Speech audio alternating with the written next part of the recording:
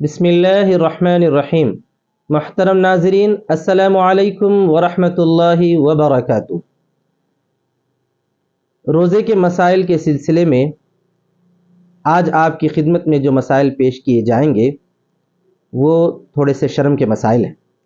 میں پہلے یہ واضح کر دینا ضروری سمجھتا ہوں کہ اسلام مسئلے اور مسائل کے بارے میں کھلم کھلا پیغام دیتا ہے، اور میں بحیثیت ایک عالم اور مفتی کے اور شریعت کا ایک نمائندہ ہونے کے ناطے یہ میرا فریضہ اور میری ذمہ داری ہے کہ جو مسائل جن کا تعلق شرم سے ہو وہ مسائل بھی میں واضح طور پر آپ کی خدمت میں ذکر کروں۔ اس لیے بھی ضروری ہے کہ اگر یہ مسائل ہم نہ بتائیں، نہ ذکر کریں، تو ہمارے نوجوان، ہمارے بچے، ہماری بچیاں غلط فہمی کا شکار ہوں گے اور انہیں مسائل سے واقفیت نہیں ہوگی۔ لہذا میں گزارش کرتا ہوں تمام سننے والوں سے کہ وہ ان مسائل کو توجہ سے سنیں اور ان مسائل پر غور کریں، اور اسے یہ ہرگز نہ سمجھیں کہ یہ بیکار باتیں بیان کی جا رہی ہیں۔ یہ بیکار باتیں نہیں ہیں، اس میں ہماری حفاظت ہے، ہمارا روزہ محفوظ رہتا ہے، اور شریعت کا اس بارے میں کیا حکم ہے وہ آپ کی خدمت میں پیش کیا جا رہا ہے۔ لیکن یہ بھی میری گزارش ہے کہ سنتے وقت میں ہمارے بچے، ہماری بچیاں، اسی طرح بڑے حضرات جو بھی سنیں ہوں وہ انفرادی طور پر سنیں، اور جو بات کہی جا رہی ہے شریعت کی روشنی میں اس کی طرف توجہ دیں۔ تو چونکہ سلسلہ حروف تہجی سے ہمارے پاس چل رہا ہے، اس میں الف چل رہا ہے ابھی، اور الف میں ایک مسئلہ ہے استحاضے کا۔ استحاضہ کا مطلب یہ ہے کہ ہماری بہنوں یعنی خواتین کو جو ماہانہ خون آتا ہے اس کو حیض کہتے ہیں، اسی طرح بچے کی ولادت کے بعد جو خون آتا ہے اس کو نفاس کہتے ہیں۔ ان دونوں کے علاوہ ایک اور خون ہوتا ہے، اس کو استحاضہ کہا جاتا ہے۔ اس کی تفصیلات تو کتابوں کے اندر موجود ہے، لیکن اتنی بات رمضان سے متعلق ہے کہ اگر کوئی خاتون، کوئی بچی ایسی ہو جو استحاضہ والی ہو یا مستحاضہ ہو چکی ہو تو اس پر احکامات مرتب ہوتے ہیں، اس پر روزہ معاف نہیں ہوتا۔ حالت استحاضہ میں اس کو روزہ رکھنا چاہیے اور نمازیں وغیرہ بھی پڑھنی ہے۔ نمازوں کے تعلق سے یہ ہے کہ ہر نماز کے لیے اس کو الگ وضو کرنا چاہیے، اور استحاضہ کی حالت میں روزہ رکھنا ضروری ہے۔ روزہ معاف نہیں ہوگا، یا جو ہے اب چھوڑ کر بعد میں قضا کرنے کی گنجائش نہیں ہوگی، اسی حالت میں روزہ رکھنا ہوگا۔ دوسرا مسئلہ ہے، اس کا تعلق جو ہے لڑکوں سے ہے، وہ مسئلہ ہے احتلام کا۔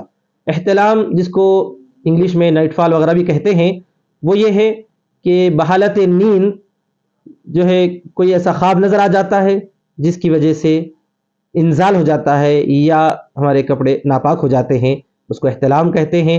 ایسی حالت میں عام طور پر جب یہ احتلام ہوتا ہے تو غسل فرض ہے، اٹھنے کے بعد غسل کرنا ضروری ہے۔ لڑکوں کو یہ شک ہو جاتا ہے کہ اگر روزے کی حالت میں ہم آرام کرتے رہے اور اچانک جو ہے ہماری نیند بیدار ہو گئی تو ہم نے کچھ خواب وغیرہ دیکھا جس کی وجہ سے ہمارے کپڑے ناپاک ہو گئے، تو کیا ہمارا روزہ رہا یا چلا گیا؟ تو واضح ہونا چاہیے کہ اس سے روزہ باقی رہتا ہے، روزے میں کوئی فرق نہیں پڑتا۔ چاہے نیند کی حالت میں کوئی خواب نظر آئے، اس میں کپڑے ناپاک ہو گئے، یا اٹھ کر دیکھے کوئی خواب وغیرہ تو یاد نہیں ہے لیکن جو ہے کپڑے ناپاک ہوئے ہوں، تب بھی روزے میں کوئی فرق نہیں پڑتا، روزہ اپنی حالت پر برقرار رہتا ہے۔ جیسے ہی ہم نے محسوس کیا کہ ہمارے کپڑے ناپاک ہیں اور ہمیں ایسی کوئی چیز ہو گئی ہے جس کی وجہ سے جو ہے ہمارا جسم ناپاک ہو گیا ہے، تو فوراً جو ہے غسل کر لینا چاہیے، غسل میں تاخیر بالکل نہ کرے۔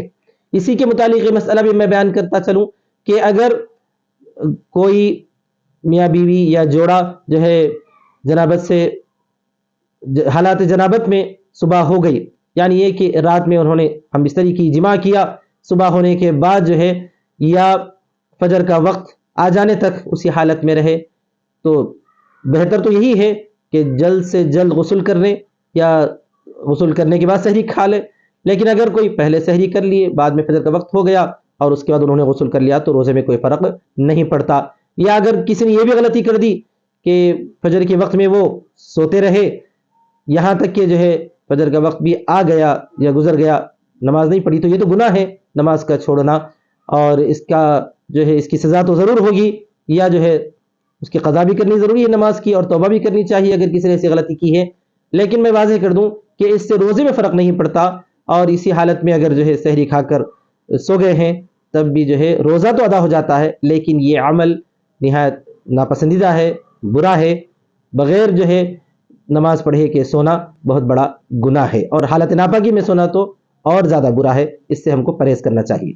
یہ دو مسئلے ہو گئے، اس کے ساتھ ساتھ اسی سے متعلق نہایت شرم والا مسئلہ ہے لیکن بیان کرنا بھی ضروری ہے، آپ لوگ جو ہے اس کو جو ہے نہایت احتیاط سے سنیں۔ وہ مسئلہ یہ ہے کہ روزے کی حالت میں جو ہے استمنا بالید کرنا، عربی میں اس کو استمنا بالید کہتے ہیں، اردو میں مشتزنی کہا جاتا ہے، جو انگلش میں اس کو جو ہے ہینڈ پریکٹس وغیرہ کرتے ہیں۔ اللہ جو ہے ہم کو محفوظ رکھے۔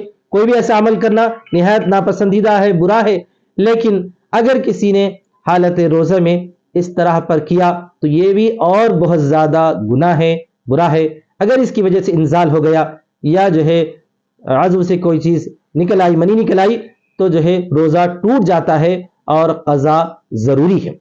اللہ تعالیٰ تمام بچوں کو، تمام لڑکوں کو اس بری چیز سے محفوظ رکھے۔ یہ نہایت گندا اور برا عمل ہے، اس سے منع کیا گیا ہے، ایسا کوئی کام ہرگز نہیں کرنا چاہیے، خصوصاً حالت روزے میں تو بالکل ہی اس بارے میں سوچنے کی بھی کوئی اجازت یا گنجائش نہیں ہے۔ اللہ محفوظ رکھے۔ اسی طرح پر اور ایک آخری مسئلہ آپ کے سامنے، یہ بھی نہایت شرم کا ہے لیکن ذکر کرنا ضروری ہے تاکہ ہمارا روزہ محفوظ رہے، وہ ہے اغلام بازی، جس کو جو ہے آج کل کی زبان میں کیا کہ گے وغیرہ کہا جاتا ہے، نعوذ باللہ۔ اس سے بھی جو ہے بہت زیادہ بچنا چاہیے، پرہیز کرنا چاہیے۔ اس کو عربی میں لواطت کہتے ہیں، اردو میں اغلام بازی کہا جاتا ہے۔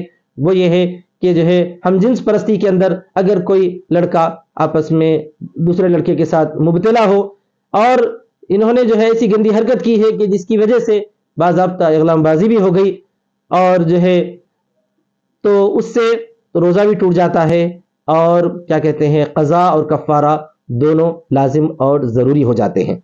یہ ناپسندیدہ برا عمل ہے۔ اللہ تبارک و تعالیٰ نے قوم لوط پر عذاب کا ذکر قرآن مجید میں کیا ہے کہ وہ لوگ ہم جنس پرستی میں مبتلا تھے، اس واسطے اللہ تبارک و تعالیٰ نے ان پر عذاب نازل فرمایا ہے، اور نہایت ہی بھیانک اور سخت عذاب نازل فرمایا ہے۔ اس سے تو پرہیز کرنا بے حد ضروری ہے۔ حالت روزے کے اندر تو اور زیادہ، بہت زیادہ محتاط رہنے کی ضرورت ہے۔ اس طرح کا کسی طرح کا کوئی خیال یا بات ذہن میں ہرگز نہ لانی چاہیے۔ تو ان تمام چیزوں سے ہم محفوظ رہ کر اپنے روزے کو بچا سکتے ہیں، محفوظ رکھ سکتے ہیں، اور روزے کا پورا پورا ثواب حاصل کر سکتے ہیں۔ میں آخر میں یہ بھی عرض کرتا ہوں کہ یہ جو شرم کے مسائل تھے، یہ جو ہے اگرچہ کہ بولنے میں مجھے بھی بہت زیادہ وہ محسوس ہو رہا تھا، شرم محسوس ہو رہی تھی، لیکن چونکہ آپ سب کے سامنے، خاص طور پر نوجوان بچوں کے سامنے، لڑکوں کے سامنے یہ مسئلہ آنا ضروری ہے، اسی وجہ سے میں نے آپ کی خدمت میں رکھ دیا ہے۔ اللہ تبارک و تعالیٰ سے میں دعا کرتا ہوں کہ اللہ تعالیٰ ہمارے سب بچوں کے روزے، نوجوانوں کے روزے، بچیوں کے روزے محفوظ رکھے، اور روزوں کے اندر کسی طرح کی کوئی غلطی ہم سے سرزد نہ ہو۔ اور آخر میں یہ بھی میں عرض کرنا چاہتا ہوں کہ ان مسائل سے اگرچہ کہ جو انتہائی جو ہے شرم محسوس ہو رہی تھی، آپ کو بیان کیا گیا ہے، محتاط انداز میں ان مسائل کو سنیں، اور جو ہے کوئی بھی رائے، اگر آپ کوئی مسئلہ پوچھنا چاہتے ہیں تو کمنٹ کے ذریعے مسئلہ پوچھا جا سکتا ہے۔ انشاءاللہ انفرادی طور پر اگر کوئی سوال بھی آیا تو اس کا بھی جواب دینے کی کوشش کی جائے گی۔ اللہ تبارک و تعالیٰ سے دعا ہے کہ اللہ تعالیٰ ہمارے روزوں کی حفاظت فرمائے، ہمیں رمضان المبارک کو خیر و خوبی کے ساتھ گزارنے کی توفیق عطا فرمائے۔ وآخر دعوانا ان الحمد للہ رب العالمین، والسلام علیکم ورحمۃ اللہ وبرکاتہ۔